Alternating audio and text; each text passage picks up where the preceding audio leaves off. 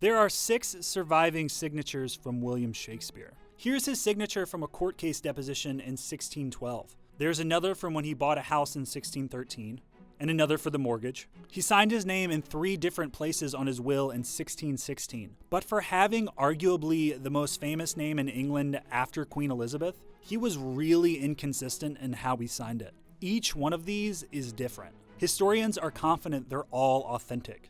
Signing his name differently 3 times in his will didn't prevent Shakespeare from leaving his second best bed to his widow after he died.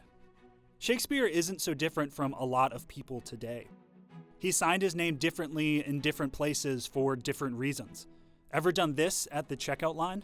But if Bill Shakespeare had been born 500 years later and in the United States, his different signatures could have prevented him from voting. A signature is required for big stuff like buying a house or getting married, but you can make any mark you want. It doesn't matter what it looks like. All that's required is the person doing the signing is the one entering into the agreement, and that signing didn't happen under duress. It's a kitty cat. A distinct signature is rooted more in our culture than in the law. It wasn't really a thing until the 20th century. Penmanship was standardized in schools for technique and legibility. Handwriting lessons reinforced discipline and order. The personalized signature was a form of expression, a way to rebel with pen and ink. Signatures became linked to identity, and autographs became a way to memorialize celebrities and athletes. Disney Motion Pictures built its entire brand around Walt Disney's signature. It also happens to be a decent way of snuffing out bank fraud. Banks used to have rooms of people comparing signatures on checks.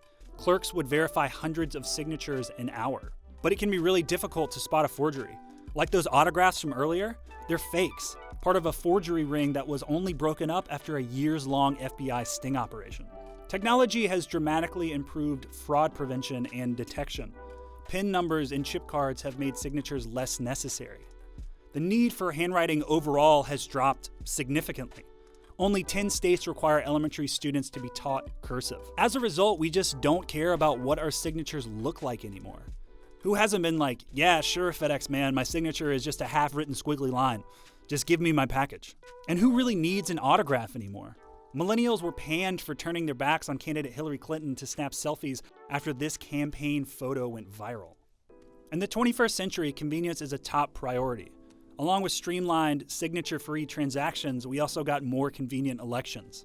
Since 1998, 22 states have allowed for some form of mail-in or absentee voting, and it accounted for almost a quarter of all votes cast in the 2016 election. This is generally a good thing because by-mail voting has been linked to higher voter turnout. But mail-in voters are required to sign their ballots in order for them to be counted. That signature is verified against the signature the state has on file, usually from the DMV. Here's my signature from when I signed my license at 16, and here it is now. Pretty different. Non-matching signatures was the #1 reason for mail-in ballots being rejected in the 2016 election. But almost no one has a consistent signature anymore. No one. Walt Disney's signature changed throughout the course of his entire lifetime. His iconic signature was actually penned after his death. Take another look at my license, but don't look at my license picture, thank you. It was also signed by Eric Boyette, the North Carolina Commissioner of Motor Vehicles. Here's his signature again on a federal grant application. It's almost as if you can hear him say meh as he scribbled this one. Evaluating a signature is left mostly to the discretion of elections officials.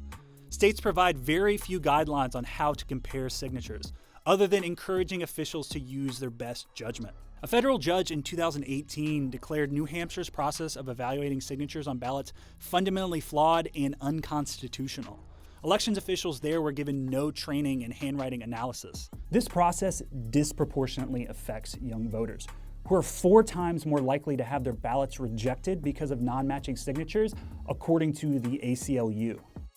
In New Hampshire, an elections moderator gave sworn testimony that he was more forgiving of inconsistent signatures on absentee ballots that were postmarked from nursing homes. It's great that Grandma gets the benefit of the doubt, But the granddaughter doesn't, whose closest thing to having a consistent signature is consistently using the puppy dog filter in her Snapchat stories. Absentee ballots make up a very small percentage of voting totals, but they have the potential to really matter in close races. In the very tight 2018 midterms in Georgia and Florida, officials rejected ballots with mismatched signatures but didn't inform the affected voters. Judges had to issue injunctions to give those voters time to fix their ballots. So if you do happen to have to sign for something, go wild. Make whatever mark you want. But maybe practice your John Hancock for Election Day. Is there anything you think we should still sign for? Or is the signature officially dead? Let us know in the comments below, and like and subscribe for more Cheddar deep dives and breakdowns.